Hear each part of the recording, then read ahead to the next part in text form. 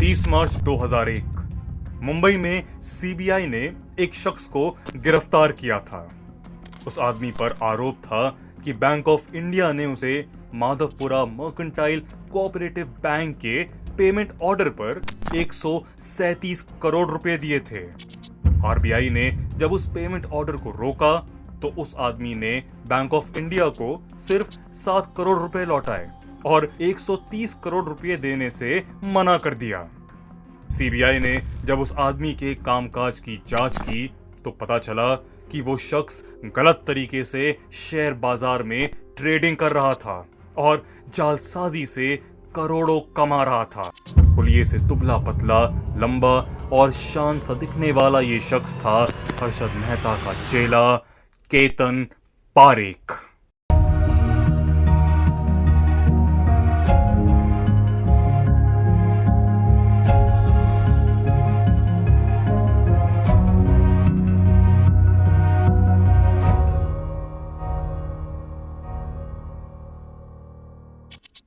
Chartered accountant Ketan Parekh एक गुजराती परिवार से था जिनका काम शेयर बाजार के जरिए ही चलता था। 1980 में नरबेराम हरकचंद सिक्योरिटीज नाम की ब्रोकरेज फर्म से उसने अपना करियर शुरू किया था। जल्द ही पारेख की मुलाकात हर्षद मेहता से हुई और 1990 के दौर में उसने मेहता के ग्रोमोर इन्वेस्टमेंट्स कंपनी में काम करना शुरू कर दिया। स्वभाव में पारेख हर्षद मेहता से काफी अलग था। पारेख शांत था जो बड़ी बड़ी पार्टियों और चकाचौंध की जिंदगी से दूर ही रहता था।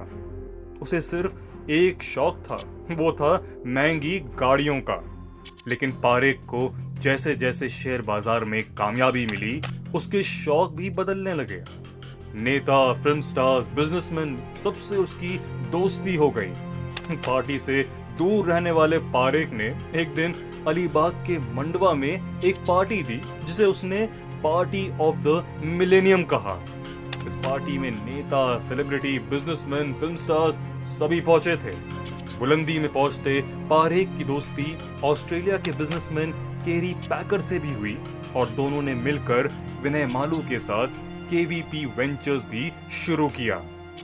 धीरे धीरे पारेख की कामयाबी की कहानी अखबारों में आने लगी और इसी बीच उस पर शक की उंगली उठनी भी शुरू हुई। और फिर 30 मार्च 2001 को पारेख की गिरफ्तारी के साथ सामने आया शेयर बाजार को हिला देने वाला एक स्कैम। सीबीआई की जांच से पता चला कि Ketan Parekh pump and dump scheme और सर्कुलर ट्रेडिंग की मदद से ये स्कैम कर रहा था। पंप एंड डंप स्कीम में ऑपरेटर्स पहले किसी कंपनी के शेयर्स को बड़ी तादाद में खरीदते हैं, फिर शेयर बाजार में कंपनी की झूठी जानकारी फैलाकर इन्वेस्टर्स को धोखा देते हैं। जैसे ही इन्वेस्टर्स कंपनी में पैसा लगाते हैं तो कंपनी के शेयर की डिमांड भी बढ़ने लगती है और पंप होती है शेयर्स की कीमत। और जब ये शेयर काफी ऊंची कीमत पर पहुंचते हैं तो वो उन शेयर्स को महंगी कीमत पर बेच देते हैं, यानी डंप करके अपना मुनाफा कमाते हैं। वहीं सर्कुलर ट्रेडिंग के जरिए भी पारेख इन्वेस्टर्स को धोखा दे रहा था। सर्कुलर ट्रेडिंग के जरिए वो बाजार में किसी स्टॉक का वॉल्यूम आर्टिफिशियली बढ़ाता था। किसी दिन तक या दिन के किसी एक टाइम तक कंपनी के कितने शेयर्स की ट्रेडिंग हुई उसे स्टॉक का वॉल्यूम कहते हैं। हर ट्रेड के साथ ये वॉल्यूम बढ़ता जाता है। पारेख सर्कुलर ट्रेडिंग में अपने किसी साथी ऑपरेटर के साथ ट्रेडिंग करता। इस तरीके से पहला ऑपरेटर दूसरे को, दूसरा तीसरे को और फिर से ये तीसरा पहले ऑपरेटर को ही शेयर्स बेचता था। शेयर्स के लगातार रोटेट होने से कंपनी का स्टॉक वॉल्यूम बढ़ता था। 1997 के दौर को .com बूम कहा जाता था।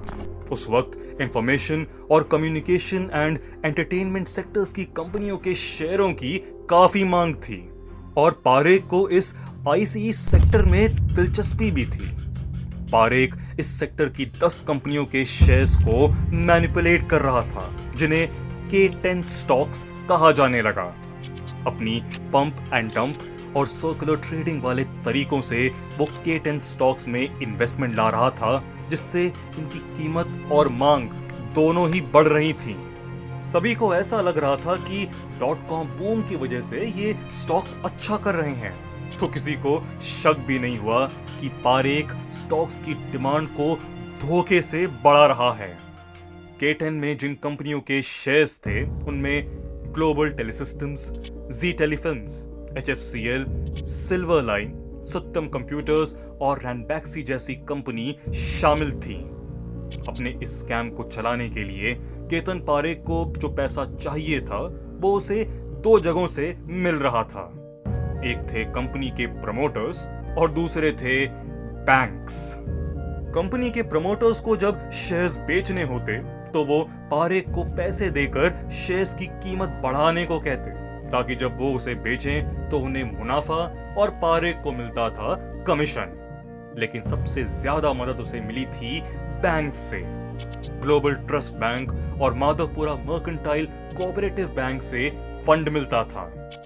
उसने GTB में स्टेक्स तक खरीदे थे और बैंक के अधिकारियों के साथ मिलकर वो अपने फंड का भी इंतजाम करने लगा। वहीं MMCB के अधिकारियों ने पारेख की मदद करते हुए उसे बड़े बड़े लोन भी दिलवाए। उस वक्त RBI के नियमों के हिसाब से कोई भी बैंक किसी स्टॉक ब्रोकर को 15 करोड़ से ज्यादा का लोन नहीं दे सकता था। फिर भी MMCB ने केतन पारेख को 800 करोड़ रुपए का लोन दिया और बिना कोलेटरल के फंड भी जारी कर दिए। केतन पारेख ने MMCB की मदद से पेमेंट ऑर्डर का गलत इस्तेमाल किया। पेमेंट ऑर्डर और डिमांड ड्राफ्ट की तरह एक प्रीपेड इंस्ट्रूमेंट होता है जिसमें पे ऑर्डर जारी करने से पहले बैंक को पे ऑर्डर की रकम देनी पड़ती है। MMCB केतन पारेख को उसकी कंपनी के नाम पर पे ऑर्डर जारी करती और वही पे ऑर्डर लेकर पारेख बैंक ऑफ इंडिया की स्टॉक एक्सचेंज ब्रांच में देकर पैसे ले लेता था। मार्च 2001 में MMCB ने पारेख की कंपनी के नाम 137 करोड़ का पेमेंट ऑर्डर जारी किया। ये पे ऑर्डर BOI में जमा हुआ, जहां से क्लियरेंस के लिए RBI पहुंच गया।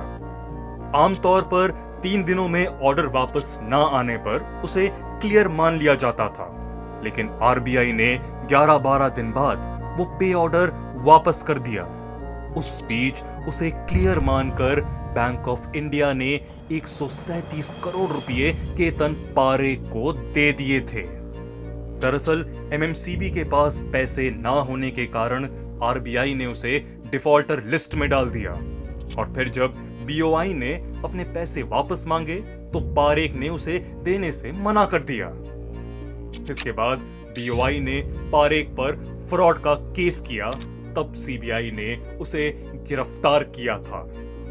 उसके बाद K10 स्टॉक्स की कीमत भी बाजार में गिरने लगी, जिसकी वजह से पारेख को बाजार से पैसे मिलने में दिक्कत आई और उसका पूरा खेल सामने आ गया। पारेख की ट्रेडिंग करने पर 2017 तक के लिए रोक लगाई गई, लेकिन 2009 में सेबी को पता चला कि पारेख मार्केट में ट्रेडिंग कर रहा है। पारेख की वजह से कलकत्ता स्टॉक एक्सचेंज को 100 करोड़ का नुकसान हुआ।